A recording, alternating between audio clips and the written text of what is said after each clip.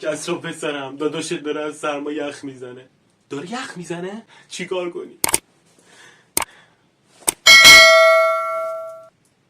آها یه فندک بده تو گرمش کنم. بابا من که فندک ندارم. بده دیگه خسیس نباشه و سری بهت میدم. بده داداشت داره سرما یخ میزنه. آقا ندارم بابا، به خود خوب ندارم، چیکار کنم؟ ای برادر بهم فندک ده، دارم از سرما یخ میزنم. برادر من، داداش گل من، فندک ندارم.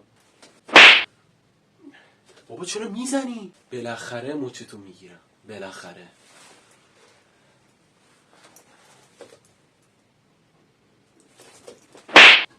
خاک تو سرت به این نقشت. پولا رد کن بیا. ندارم، باش بستنی خریدم. خاک تو سرت، هر چی میخوری و میریزی تو اون هندقت. گم شد چشم، برو گم شو بر. بابا چرا میزنی؟ بالاخره مچتو میگیرم، بالاخره.